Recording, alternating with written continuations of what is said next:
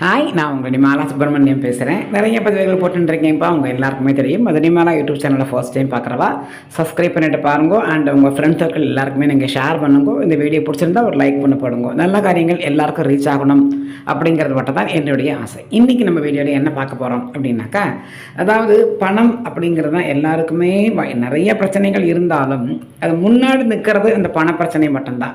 ஐஸ்வர்யம், அதாவது பணம் இல்லை, கல்யாணத்துக்கு பணம் இல்லை, இன்னொருத்தருக்கு கடன் வாங்கியிருக்கேன் கொடுக்குறது பணம் இல்லை, வீடு கட்டுறக்கேன் பணம் இல்லை, உடம்புக்கு முடியலை, ஹாஸ்பிட்டல் போயிருக்கோம் பணம் இல்லை, நிறைய செலவாயிடுது, நிறைய காரியங்கள். அதனால பணம் இல்லாததுனால எல்லாருக்கும் மூட் அவுட்டு, ஆத்துக்காருக்கும் இருக்கும் சண்டை, குழந்தைக்கு ஸ்கூல் ஃபீஸ் கட்டணும், உடம்பு முடியலை. இந்த மாதிரி எந்த பிரச்சனையை தொட்டாலும் முன்னாடி நிற்கிறது பணம் மட்டும்தான் இல்லையா? அந்த பணம் ஓரளவுக்கு ஓகோன்னு இருக்கணும்னு இல்லை, ஓரளவுக்கு இருந்தாலும் நம்மளுடைய பிரச்சனைகள்லாம் சால்வ் ஆகும்.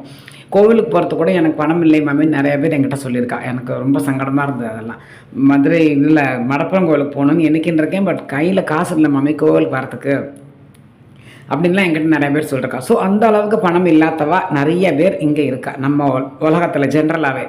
அதாவது பணம் அப்படிங்கிறது ஒரு சில பொருட்களிலேயே பணத்தை ஈர்க்கக்கூடிய சக்தி இருக்கும். அந்த பொருட்கள் ரொம்ப எளிமையான பொருட்கள் நம்ம ஆற்றுல இருக்கிறது தான். அதை வந்துட்டு நான் இப்போ சொல்கிற மாதிரி நீங்கள் உங்கள் ஆற்றுல பண்ணினேன்னாக்கா பணம் வந்துட்டு பர்ஸில் எடுக்க எடுக்க அது கொட்டு கோடி கோடியாக கொட்டுன்னு சொல்லலை நான். பட் எடுக்க எடுக்க நமக்கு ஐயோ ஒன்றுமே இல்லையேங்கிற இது கண்டிப்பான முறையில் வராது.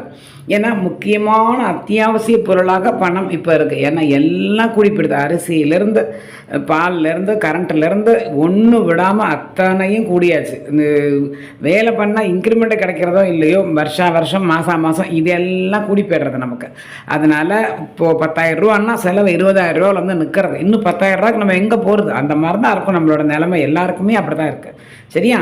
ஸோ அந்த மாதிரி பார்த்தா ஓரளவுக்கு ரன் பண்ணுறதுக்காக நமக்கு கையில் காசு வேணும் அப்படின்னு நீங்கள் எண்ணிக்கின்றேன்னாக்கா நான் சொல்கிற மாதிரி ரொம்ப எளிமையான பொருளை வச்சு உங்கள் ஆட்டில் நீங்கள் பண்ணினேன்னா கண்டிப்பான முறையில் பணம், அதாவது நீங்கள் 10 ரூபா எடுத்தேன்னா திருப்பி 10-15 ரூபா அதில் வந்துடும். எப்படியாவது யார் மூலியமாவது ஒரு 20 ரூபா ஆட்டோ கொடுத்துட்டு போயிட்டோம்னா திருப்பி ஒரு 20-25 ரூபா அதில் வந்துடும் உங்களுக்கு. ஐயோ ஆட்டோக்கு எடுத்துடும் கையில் செலவாயிடுதே பர்ஸில் காசு இல்லையேங்கிற ஃபீல் கண்டிப்பான முறையில் இருக்காது. இது நிறைய பேருக்கு நான் சொல்லி அவளும் சொல்லியிருக்கா. பட் என்னுடைய வாழ்க்கைகள் நானும் அனுபவப்பட்டிருக்கேன். அதாவது இந்த மாதிரி ரொம்ப கஷ்டமான தருணங்களில் ஒரு சில முக்கியமான பொருட்கள் இருக்குது, எளிமையான பொருட்கள். அதை வச்சுட்டு நம்ம ஆற்றுல அதை சாமிகிட்ட வச்சுட்டு நம்ம எப்படி இருந்தால் நம்மளுக்கு ஓரளவுக்கு பண கஷ்டம் இல்லாமல் நன்னா இருக்கலாம் அப்படிங்கிறத இப்போ நான் சொல்கிறேன் உங்களுக்கு. அதை நீங்கள் உண்மையாக பண்ணி பார்த்துட்டு உங்களுடைய ஃப்ரெண்ட் சர்க்கிள், உங்கள் ரிலேஷன்ஸு, அவள் யாராவது ரொம்ப கஷ்டப்படுறாளா, இந்த மாதிரி பிரச்சனை இருக்கா, நான் சொல்கிற மாதிரி நீ செய்டி, நான் பண்ணினேன் இன்றைக்கி நன்னாச்சு, அதனால் நீயும் அதே மாதிரி பண்ணு அப்படின்னு சொல்லி நீங்கள் அவளுக்கும் நீங்கள் சொல்லலாம். ஏன்னா கண்டிப்பாக இது நீங்கள் பண்ணினேன்னா உங்களுடைய வாழ்க்கையில் பணப்பிரச்சனை அப்படிங்கிறது 100% இல்லாட்டையும் 70-80% கண்டிப்பாக குறையும். ஒன்றுமே இல்லை அப்படிங்கிறத வாழ்க்கையில் இருக்கவே இருக்காது. அப்போ பரவாயில்ல, இப்போ ஓரளவுக்கு நம்ம இன்னொருத்தட்ட கடன் வாங்குற அளவில் இல்லையே அப்படிங்கிற ஒரு இது கண்டிப்பாக நமக்கு தெய்வம் கொடுக்கும். ஏன்னா அந்த மாதிரி ஒரு முக்கியமான பொருள் தான் இந்த ஏலக்காய். ஏலக்காய்க்கு வந்து லக்ஷ்மி தேவிக்கு ரொம்ப பிடிச்சமானது. அது அதை வந்துட்டு ஒரு 5 ஏலக்காய் 7 ஏலக்காய் அந்த மாதிரி நீங்கள் கையில் எடுத்துக்கோங்க.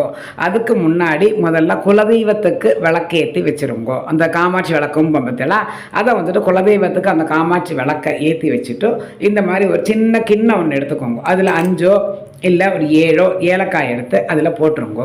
அதை போட்டுட்டு குலதெய்வத்துக்கு விளக்கேற்றி வச்சுருக்கேன் பற்றியில அந்த மாதிரி அழகாக வச்சுருங்கோ. இந்த வந்துட்டு அதை அப்படியே உங்களோட இஷ்ட தெய்வமோ, நான் வாராகிட்ட வச்சுருக்கேன் அந்த மாதிரி உங்களுக்கு என்ன இஷ்ட தெய்வமோ அங்கே நீங்கள் வச்சுருங்கோ.